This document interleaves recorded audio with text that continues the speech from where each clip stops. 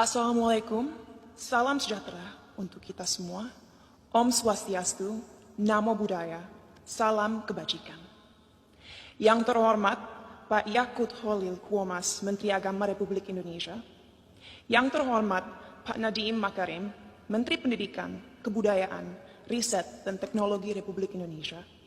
Yang terhormat Pak Muhammad Tito Karnavian, Menteri Dalam Negeri Republik Indonesia, yang hari ini diwakili oleh Dirjen Polpum Bapak Dr. Bahtiar Masters of Science.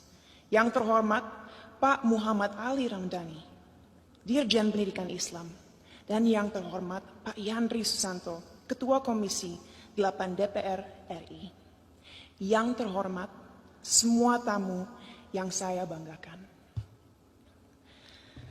Sungguh sebuah kehormatan bagi saya diundang malam ini untuk mewakili generasi muda Indonesia dalam mengekspresikan opini kami mengenai moderasi beragama.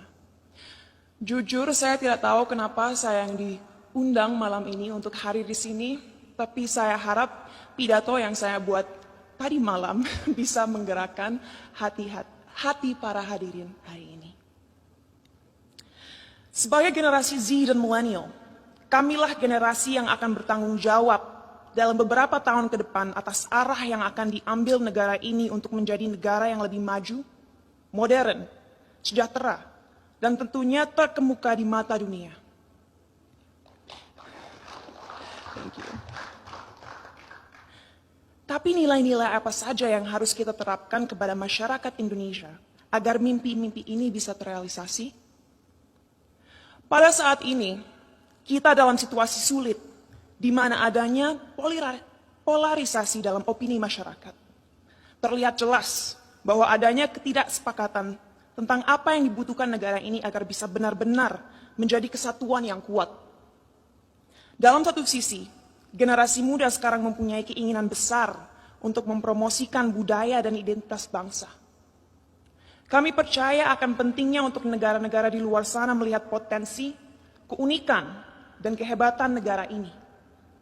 Tapi di sisi lain, sampai detik ini, kita semua masih sering berkelahi dan menjatuhkan satu sama lain hanya karena perbedaan ras, suku, dan terutama agama. Bagi saya pribadi, hal tersebut sungguh ironis.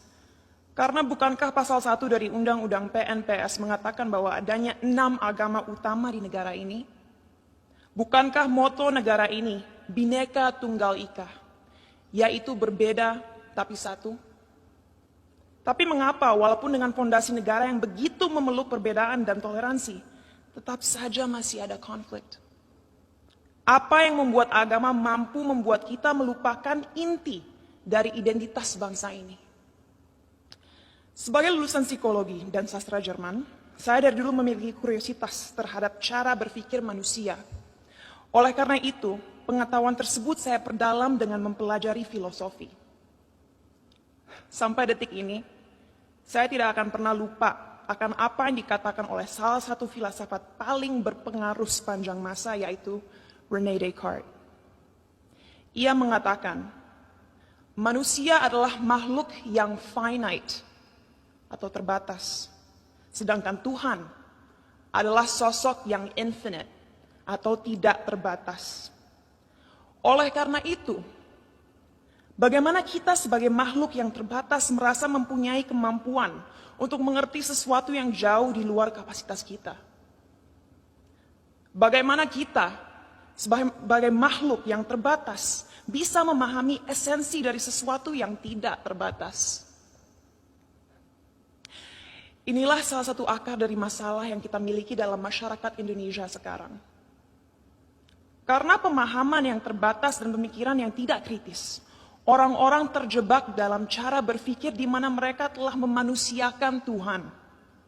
Merasa memiliki hak dalam mendikte kemauan Tuhan, merasa tahu pikiran Tuhan, dan merasa berhak bertindak atas nama Tuhan.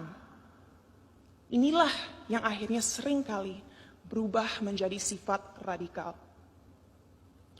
Dalam perbincangan saya beberapa waktu lalu dengan Habib Hussein Jafar, kami berdua sepakat bahwa bahaya yang masyarakat kita alami sekarang adalah mengatasnamakan Tuhan untuk kepentingan pribadi. Menyesatkan generasi penerus bangsa dengan prinsip hidup yang sebenarnya tidak ada dalam Holy Scriptures atau kitab suci agama. Kenapa bisa seperti itu? Karena kita kurang membimbing dan memberikan masyarakat tools yang dibutuhkan agar bisa memahami sebuah ajaran dengan akal kritis. Sehingga mereka menjadi tersesat dalam cara berpikir mereka dan lupa akan pentingnya menyeimbangi segala ilmu yang dipelajari dan dimiliki dengan nilai-nilai yang ada dalam budaya, sains, ataupun aliran pemikiran lainnya.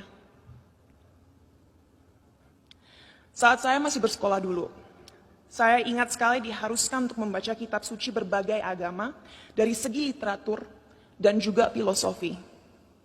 Sehingga saya diberikan kesempatan untuk bisa memahami keindahan setiap agama dan sadar bahwa pada akhirnya fungsi terbesar agama adalah satu, yaitu untuk membimbing kompas moral manusia. Untuk mengingatkan manusia bahwa kita harus memperlakukan satu sama lain dengan hormat. Bahwa kita harus bersyukur dan bahwa kita semua harus sadar bahwa waktu kita di dunia ini hanyalah singkat dan terbatas.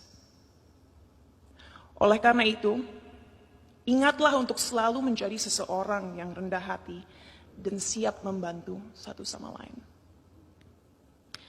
Jadi, apa yang harus dilakukan ke depannya agar bisa melawan segala kebohongan yang ada? Apa yang kita bisa lakukan untuk memberdayakan rakyat bangsa ini? Saya rasa jawabannya cukup jelas.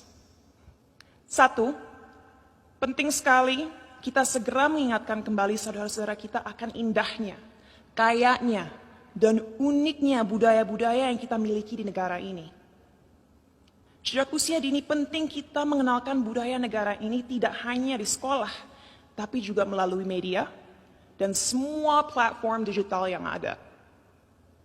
Sebuah hal yang krusial untuk disadari bagi generasi muda akan relevannya budaya kita di dunia yang semakin modern. Our culture is cool, not old school. Kedua, ajaran agama yang ada dalam sistem pendidikan harus adil dalam merepresentasikan agama-agama yang ada di negara ini. Agar orang-orang bisa mengerti sejak usia muda bahwa semua agama itu mengajarkan kebaikan dan tidak seharusnya kita melecehkan dan menyakiti satu sama lain hanya karena sebuah perbedaan. Ketiga, critical thinking, critical thinking, critical thinking. Ajarkanlah adik-adik kita untuk membaca dan mempelajari segala sesuatu dari berbagai sudut pandang. Biarkanlah mereka bertanya. Tumbuhkanlah rasa ingin tahu mereka sehingga mereka tidak mudah dipengaruhi dan dijajah pikirannya. Dan terakhir, gunakanlah teknologi yang semakin canggih sebagai alat yang dapat terus menyebarkan nilai-nilai toleransi. Agar negara ini bisa kembali menjadi Indonesia sejati.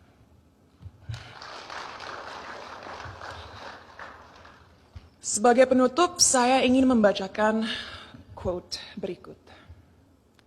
A people without knowledge of their past, origin, and culture is like a tree with no roots.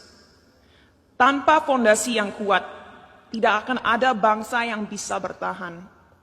Oleh karena itu, ayo kita bersama-sama menjelmakan lambang Garuda dimanapun kita berada. Mari kita taat dalam beragama agar menjadi manusia yang bermoral, tapi mari kita juga merangkul budaya Indonesia untuk membimbing identitas bangsa. Terima kasih.